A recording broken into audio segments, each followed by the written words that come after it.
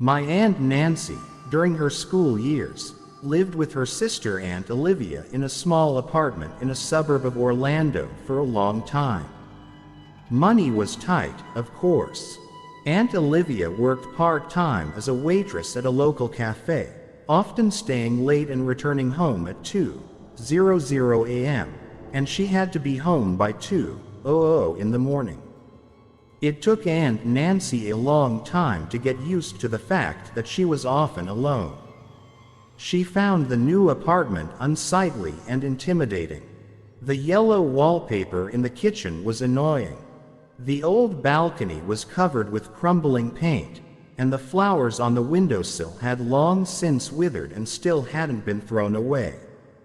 Auntie tried to make acquaintances with the neighbors, offered the elderly postmistress and her husband a cup of tea, but they politely declined. She had to put up with the loneliness and find some amusement. In mid-May, when Aunt Olivia had been working for about 3 months, Aunt Nancy spent long hours at her schoolbooks. Teachers demanded to close debts on several subjects, said that without this it would not be possible to pass to the 3rd year. This fact so frightened the girl that she studied all day long.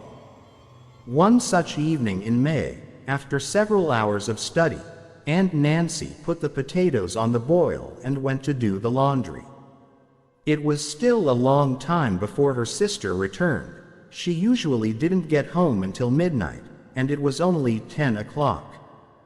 After a while, having finished washing, my aunt decided to hang up the laundry. She put the wet clothes in a big bowl, opened the door and went out to the balcony. It was a warm evening, but it was getting dark outside. When Auntie heard the mosquitoes buzzing, she hurried to close the door. She didn't want to let the insects into the apartment. After hanging the last of her pants on the rope, she turned to the door to go back inside, but at that moment the door slammed shut sharply. Did the wind blow through? An uncertain thought flashed through Nancy's mind. What happened next? Her aunt recalled with a tremor in her voice. She saw the handle of the balcony door begin to turn. Slowly, unhurriedly. No one was holding it, that was obvious. Auntie looked at the handle in horror. She couldn't even scream out of fear.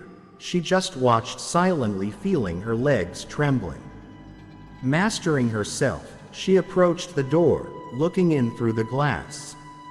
No one was there. Her sister hadn't come home yet. Her aunt realized that she was locked out on the balcony, and whoever had done this was still in the apartment. She had never been so scared in her life. She started banging on the glass, pushing the door with her shoulder, but nothing worked. It was clear that she could not get out on her own. Aunt Nancy remembered that the potatoes were still boiling on the stove, and if she didn't get out, the gas in the old stove might explode. Afraid of breaking the glass of the balcony door, she started screaming outside for help, saying she was locked out on the balcony and something was cooking on the stove. Fortunately, she was heard by a neighbor in the next apartment. She looked out the window and, realizing the seriousness of the situation, ran after her husband. A few minutes later, the door to the aunt's apartment was broken down and she was led off the balcony. The potatoes were really overcooked, but the fire on the stove had been turned off in time.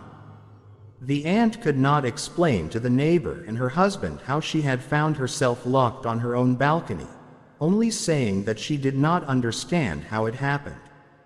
After the rescuers left, Aunt Nancy searched the apartment for a long time, but found no one.